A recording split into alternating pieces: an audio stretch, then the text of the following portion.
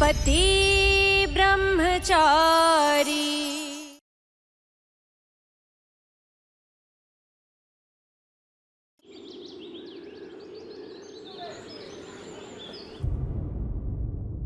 சரி சரி, எல்லாம் டப்பாவையும் கொடு. இந்த வீட்டை விட்டு போகும்போது எந்த குறையும் இருக்கக்கூடாது. கொடு. அது என்னன்னா, இங்க ஒரு பழக்கம் இருக்கு. யாராவது வீட்டை விட்டு போகும்போது அவங்கள வெறும் கையோட அனுப்புறதில்ல. அது எங்க சொந்தக்காரங்களா இருந்தாலும் சரி, ஒருவேளை அலையா விருந்தாளியா இருந்தாலும் சரி. நாங்க ஒத்துக்கிறோம், எங்க வீடு சின்னதுதான், எங்க குடும்பம் சின்னதுதான். ஆனா எங்க மனசு சின்னது கிடையாது. அவ விருந்தாளியா? கஷ்டப்படுறாளேன்னு உதவலான்னு நினைச்சோம். அதுக்கு எவ்வளவு நாள் இந்த வீட்டுல மகாராணி இருக்கணும்னு நினைச்சாலும் இருந்துட்டா. இருக்கட்டும், இன்னும் 2-3 நாள் நடிக்கட்டும். அப்புறம் என்ன, சூரஜ் பிந்தியாவோட கல்யாண ஸ்வீட்டை சாப்பிட்டுட்டு அப்புறம் இந்த பொருட்களை எடுத்துட்டு இந்த இடத்தை விட்டு கிளம்ப வேண்டியதுதான். அதுக்கப்புறம் உன் முகத்தை திரும்ப எனக்கு காட்டாது. ஈஷா, இங்க பாரு, உனக்கும் எனக்கும் எந்த விரோதமும் கிடையாது. அதனாலதான் உனக்கு இப்ப புரிய வைக்கிறேன். இது உண்மையான வாழ்க்கை. இது ஒண்ணு தேவதைங்க கதை கிடையாது. அதாவது ஒரு ராஜகுமாரி ஒரு ரவுடிய கல்யாணம் பண்ணிப்பா, அப்புறம் அவனை திருத்திட்டு நல்லா வாழ்வான்னு. அப்படியெல்லாம் இது நடக்காது. யதார்த்த உலகத்துல சமமானவங்க கூட தான் நம்ம வாழணும். அதாவது நானும் சூரஜ் மாதிரி. அப்புறம் இந்த இடமும் உனக்கு சொந்தம் இல்ல, சூரஜும் சொந்தம் இல்ல.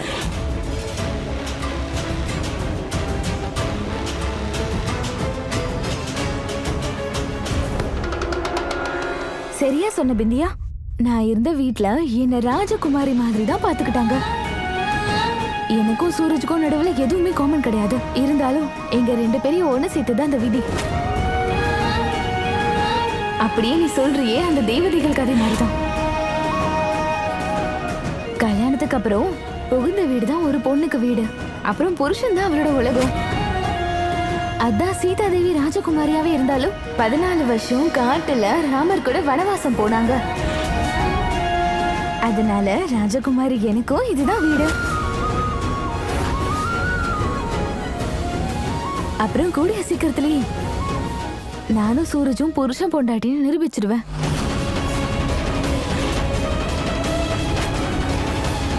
ஒருவேளை அதுக்கப்புறம் இந்த பொருள் எல்லாம் எடுத்துக்கிட்டு இந்த வீட்டை விட்டு போக வேண்டியதா இருக்கும்.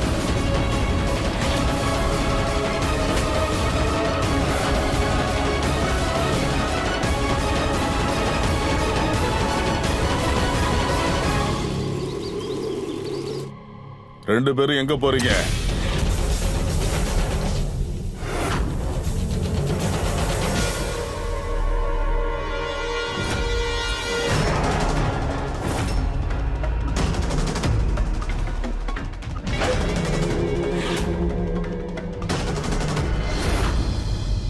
உங்களை தான் கேக்குறேன்.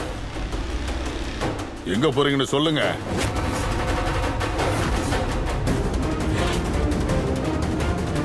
அப்பா, அது ஹாஸ்பிட்டலுக்கு போகிறோம். ஒருவேளை மாமாக்கு அவரை பத்தின உண்மை தெரிஞ்சிருக்குமா என்ன? என் டாக்டர் கிட்ட இருந்து எனக்கு மெசேஜ் வந்தது.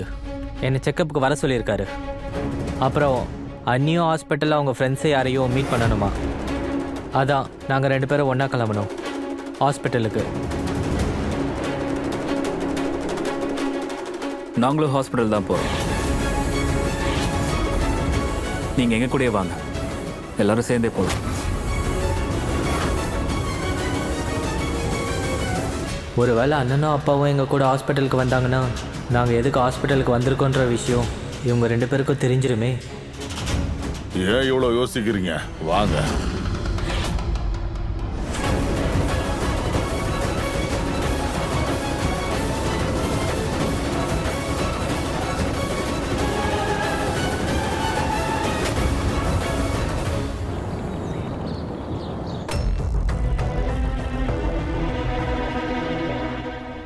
அப்பா இங்கே இருக்கும்போது அண்ணி எப்படி செக்கப்புக்கு கூட்டிகிட்டு போகிறது? அப்பா, நீங்கள் எதுக்காக ஹாஸ்பிட்டலுக்கு வந்தீங்க? அது வேற ஒன்றும் இல்லை, அப்பா அரசியலுக்கு போக போகிறாரு. பேரு பிரபலம் ஆகணும்னா அதுக்கான வேலைகளையும் பெரிய அளவில் பண்ணணும். அது அப்படியே தேர்தல் பிரச்சாரத்துக்காக இந்த ஹாஸ்பிட்டலுக்கு டொனேஷன் கொடுக்க வந்தேன். கிரேட் பிளான் அப்பா. நீங்க போய் உங்க வேலையை பாருங்க, நான் போய் என்னோட செக்கப்பை முடிச்சுட்டு வரேன். அண்ணி அவங்க ஃப்ரெண்ட்ஸை பார்த்துட்டு வந்துருவாங்க. சரி சரி, வா அனுராக் போலாம். சாரி சாரி சாரி, வரதுக்கு கொஞ்சம் லேட் ஆயிடுச்சு. நான் IVF ஃபார்ம் வாங்கிட்டேன், சீக்கிரமா அதை ஃபில் பண்ணிட்டீங்கன்னு. என் கூட வாங்க ப்ளீஸ்.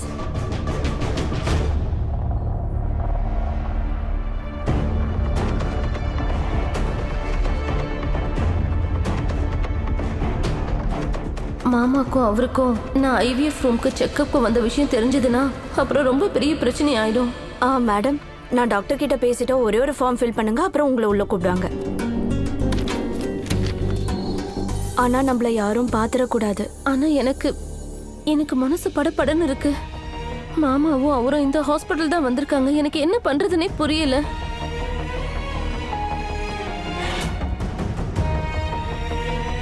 மேடம், உங்களோட எல்லா டென்ஷனையும் நீங்க மறந்துருங்க. இப்ப நீங்க நல்ல காரியம் பண்ண போறீங்க. IVF பண்றதுனால நீங்க அம்மா ஆகிற கனவு நிறைவேற போகுது. அதே நேரத்துல அனுராக் சார் மேல எந்த கலகமும் ஏற்படாது. நீங்க ஆசைப்பட்டது இதுதானே? இந்த டோக்கன் வாங்கிக்கோங்க, அப்புறம் வெயிட் பண்ணுங்க. டாக்டர் உங்களை 5 நிமிஷத்துல கூப்பிட்டுருவாங்க. கடவுள் புண்ணியத்துல எங்ககிட்ட எல்லாமே இருக்கு டாக்டர். அதனால அந்த உலகத்துல யாருக்கு எது தேவையோ அவங்களுக்கு உதவுறதை என் கடமையா நினைக்கிறேன்.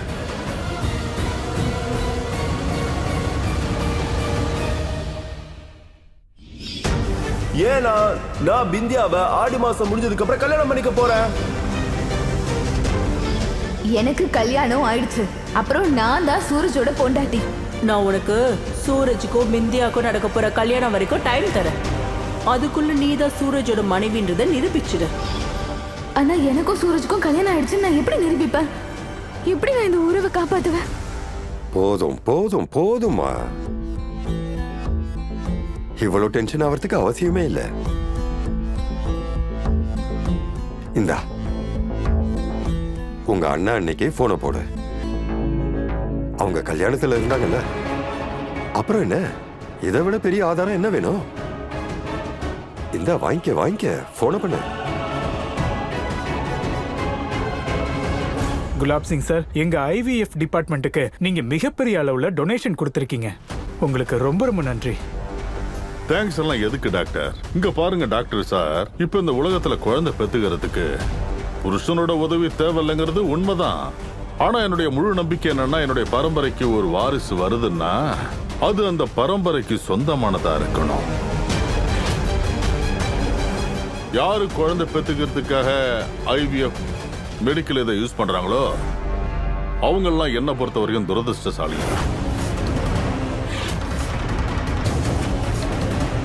ஒருவேளை என் வீட்டுல யாராவது இப்படி பண்ணா என்னைக்கு தெரியுதோ அப்பவே அவங்கள வீட்டை விட்டு வெளியே தடுத்துருவேன்.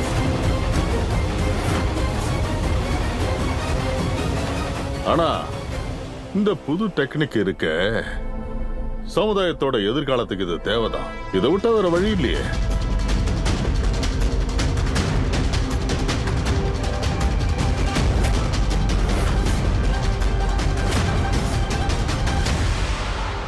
குலாப் சிங் சார்,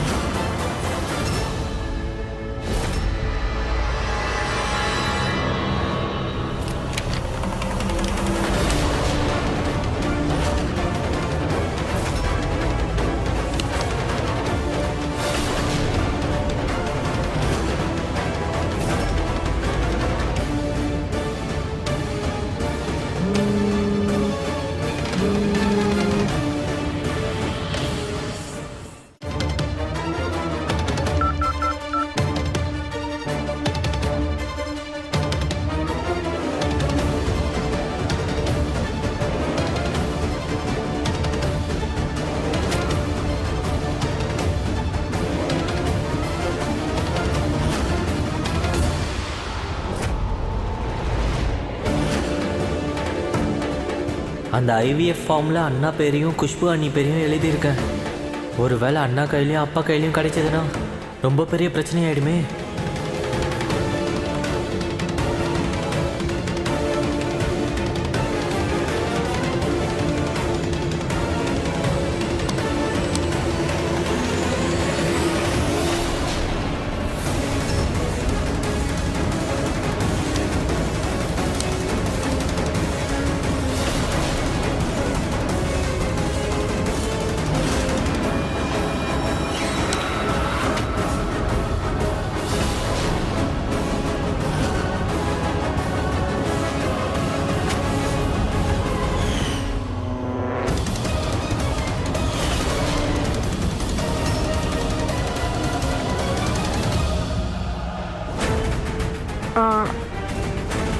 இது என்னோட பேப்பரு.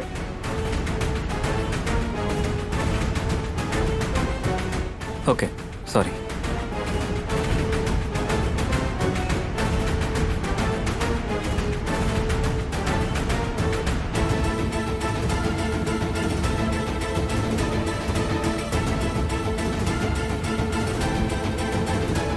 அண்ணி போலாம்.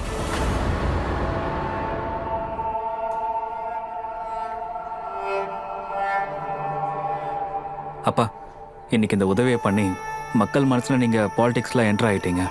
அதுவும் ஒரு ஸ்ட்ராங்கான இடத்த பிடிச்சிருக்கீங்க. எப்படியாவது புருஷோத்தமன் ஒத்துக்கிட்டாலே போதும். ஒத்துப்பாரு, கண்டிப்பா ஒத்துப்பாரு. வா.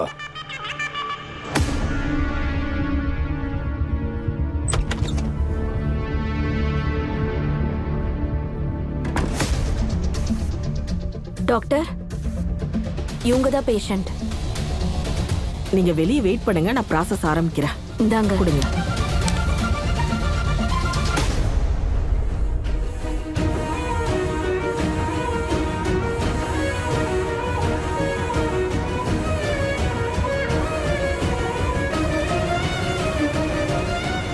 என்னாச்சு? மாமா, அந்த வீட்ல எனக்கு ஹெல்ப் பண்ண முடியும்னா அது குஷ்பு அண்ணிதான். ஆனா அவங்க போன் எடுக்க மாட்டேங்கிறாங்க. பரவாயில்லம்மா, பரவாயில்ல. இங்க பாருமா, நமக்கான பாதையில எல்லா வழியும் மூடி இருக்குன்னு நினைக்கும் போது அந்த ஆண்டவன் நமக்கான ஒரு பாதையை உருவாக்குவாமா. நீ எதுக்கும் கவலைப்படாத. கண்டிப்பா நாம ஏதாவது ஒரு வழியை கண்டுபிடிக்கலாம். நாம கும்பிடுற அம்மனோட அருள் இருந்தா போதுமா. எவ்வளவு தடைகள், எவ்வளவு பிரச்சனைகள் வந்தாலும் அவளோட சூலாயுதத்தால அதை எல்லாத்தையும் நொறுக்கிடுவா. அப்புறம் எதிரிகளையும் மொத்தமா அழிச்சிருவாமா.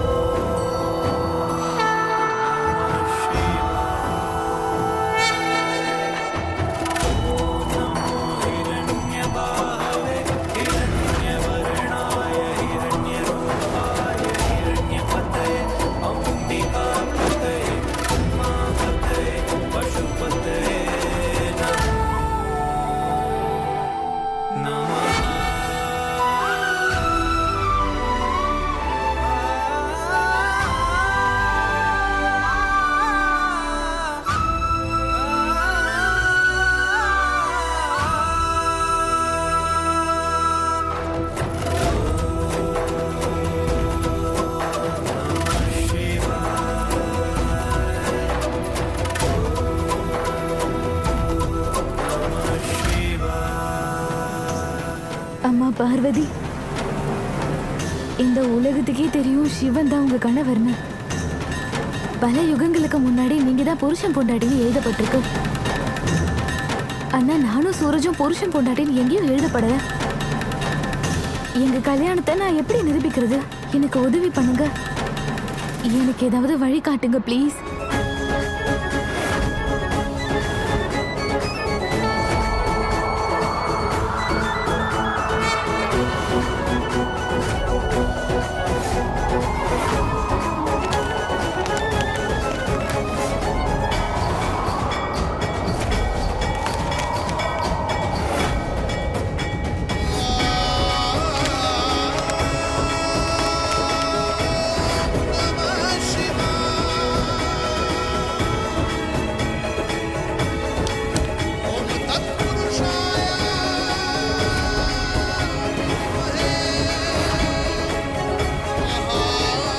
பேஷண்ட்டுக்கும் உங்களுக்கும் என்ன உறவு? அவரோட பொண்டாட்டினா.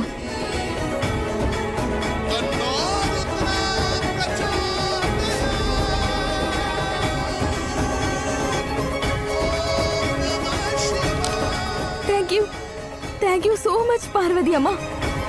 எனக்கு வழி காட்டினதுக்கு ரொம்பவே நன்றி. இப்போ எனக்கு ஆதாரம் கிடைச்சிடும், கண்டிப்பா கிடைச்சிடும்.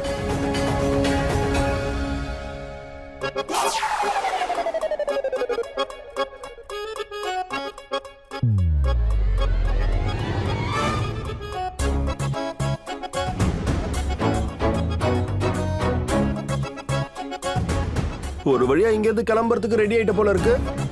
நல்ல விஷயம். ஏன் நிறைவேறாத கனவை தினமும் காண்றீங்க?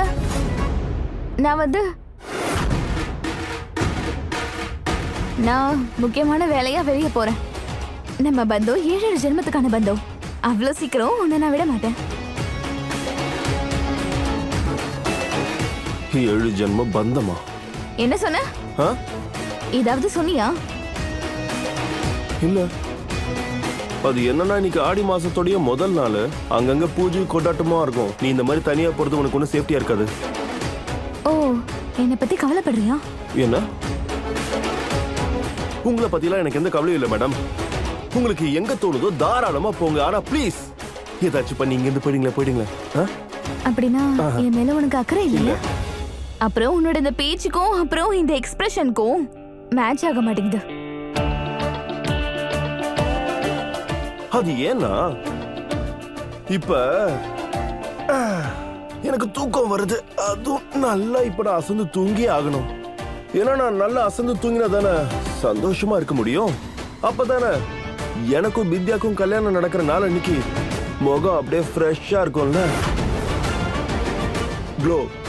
உன்னை நீயே பிரம்மச்சாரின்னு சொல்ற, அப்புறம் 2வது கல்யாணத்துக்கு ஆசைப்படுற. இந்த கனவு உனக்கு கனவாதான் இருக்க போகுது. ஏன்னா நான் உன் பொண்டாட்டியா இருந்த பொண்டாட்டி தான் பொண்டாட்டியாவும் இருக்க போறேன். அட போறவளை தடுக்காத, அவ போகட்டும்.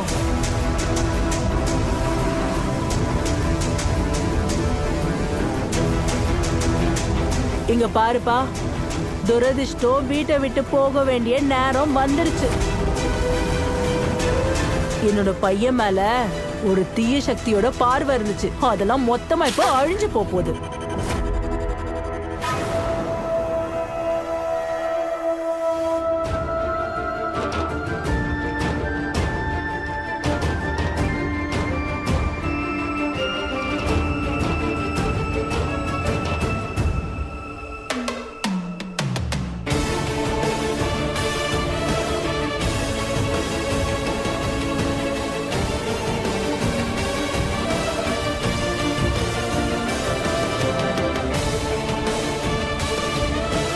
நீ எந்த அளவுக்கு இங்க வலி அனுபவிச்சுக்கிட்டே இருக்கியோ அந்த அளவுக்கு என்ன நானே வெறுக்க ஆரம்பிச்சிட்டேன். இதுக்கு மேல என்னால உனக்கு வலியை கொடுக்க முடியாது. ப்ளீஸ் ஏதாவது பண்ணி முதல்ல இந்த இடத்த விட்டு நீ போயிட ப்ளீஸ்.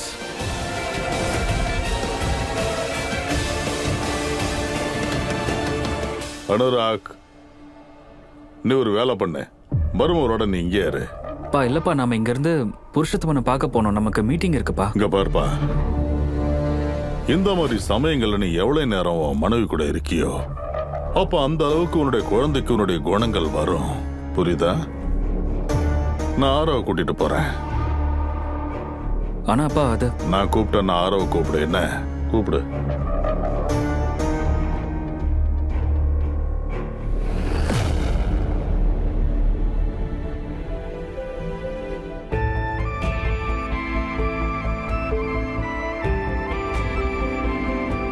பொதுவா ஐவிஎஃப் மூலமா குழந்தை பெத்துக்கணும்னா அதுக்கு நம்ம 2 பேரோட சம்மதத்தோட தான் பண்ணணும். ஆனா இத பத்தி சொல்ற தைரியம் எனக்கு இல்ல. தயவு செஞ்சு என்ன மன்னிச்சிருங்க.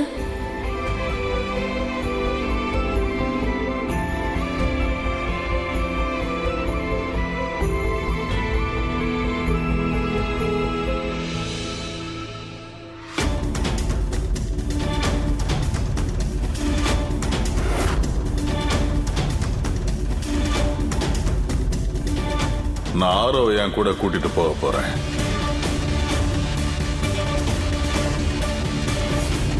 இனிமே இந்த கணக்கு வழக்கு அக்கௌண்ட்ஸ் எல்லாம் ஆரோ பார்த்துப்பான்.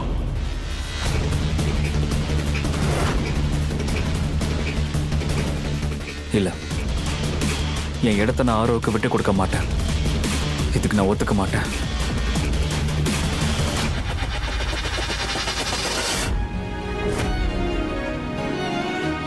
என்னுடைய ஆசையெல்லாம் இந்த ப்ராசஸில் அண்ணி எந்த விதமான காம்ப்ளிகேஷனையும் எதிர்கொள்ளக்கூடாது. அப்புறம் அவங்க அம்மா ஆகணுன்ற கனவு நிறைவேறணும்.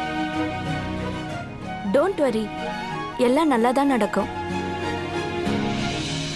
அது என்னன்னா, அவங்க கூட தான் அக்கறை காட்டுற மச்சனர் இருக்காரே.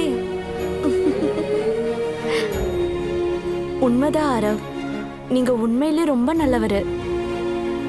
நீங்க அடுத்தவங்களோட ஃபீலிங்ஸை நல்லா புரிஞ்சுக்கிறீங்க. அதனாலதான் உங்க ஃபேமிலி கிட்ட பொய்யெல்லாம் சொல்லி அவங்களை இங்க கூட்டிட்டு வந்திருக்கீங்க.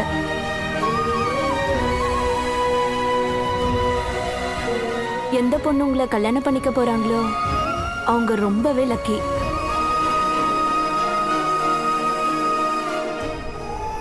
புருஷோத்தமன் சார், உங்ககிட்ட தான் வந்துகிட்டு இருக்கேன். அப்பா, இது ஆரோவுக்கு செக்கப் போயிட்டு இருக்கு. இன்னும் 1/2 hour ஆகுமா அப்பா? ஓ, அப்ப சரி, நீ என் கூட வா. வா.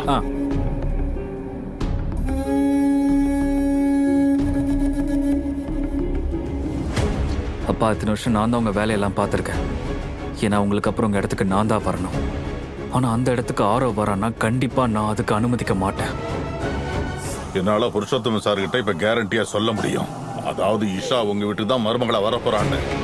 அதனால சூரஜ் நான் சொன்ன எல்லா வேலையும் செஞ்சுட்டான். அதனால எந்த சூழ்நிலையிலும் இஷா என் வீட்டுக்கு வந்துருவா. அப்புறம் நான் சொல்ற பையனை தான் அவ கட்டிப்பா.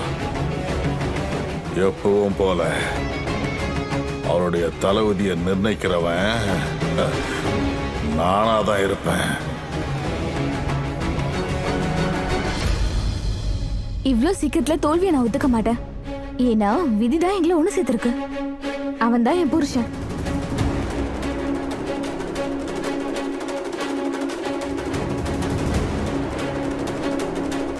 எக்ஸ்கியூஸ் மீ, இந்த ஹாஸ்பிட்டல்ல தான் என் புருஷனுக்கு கொஞ்ச நாளைக்கு முன்னாடி ஆபரேஷன் நடந்துச்சு. நான் ஒரு கன்சர்ன் ஃபார்ம்ல சைன் பண்ண அந்த ஃபார்ம் எனக்கு வேணும். என்னால டேட்டும் டைமும் சொல்ல முடியும். ப்ளீஸ். Patient name Suraj. ஒரு நிமிஷம் இருங்க, நான் செக் பண்றேன்.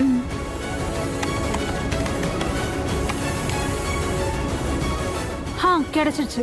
டாக்டர் ஷா தான் மிஸ்டர் சூரஜுக்கு ஆப்ரேஷன் பண்ணாரு. கன்சிடர் ஃபார்ம் சம்பந்தமா நீங்க அவர்கிட்ட தான் பேசணும்.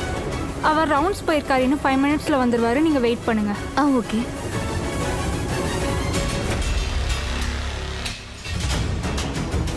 நான் ஒரு முக்கியமான வேலையா வெளியே போறேன். அது சரி, இவதான் பொண்டாட்டின்னு நிரூபிக்கிறதுக்காக ஆதாரத்தை தேடி வந்திருக்காளா? ஒருவேளை இவளுக்கு ஃபார்ம் கிடைச்சிருச்சுன்னா அப்புறம் இவ வீட்டுல இருக்கிறதுக்கான சாக்கு கிடைச்சிருமே. இல்ல இல்ல இல்ல, இந்த வாட்டி அந்த மாதிரி நடக்கிறதுக்காக நான் விட மாட்டேன். டாக்டர், டாக்டர், கொஞ்ச நாளைக்கு முன்னாடி என் புருஷன் சூரஜுக்கு நீங்க ஆபரேஷன் பண்ணீங்க. ஓ எஸ் எஸ். இப்போ அவர் எப்படி இருக்காரு? அவர் இப்ப நல்லா இருக்காரு. ஆனா அந்த ஆபரேஷனுக்கு முன்னாடி நீங்க என்கிட்ட கன்சர்ன் ஃபார்ம்ல சைன் வாங்குனீங்க. எனக்கு அந்த கன்சர்ன் ஃபார்ம் வேணும் ப்ளீஸ். சாரி மேடம், அது உங்களுக்கு கிடைக்காது. ஹாஸ்பிட்டல் ரூல்ஸ் பிரகாரம் அதை யாருக்கும் நாங்கள் கொடுக்கக்கூடாது. I am sorry.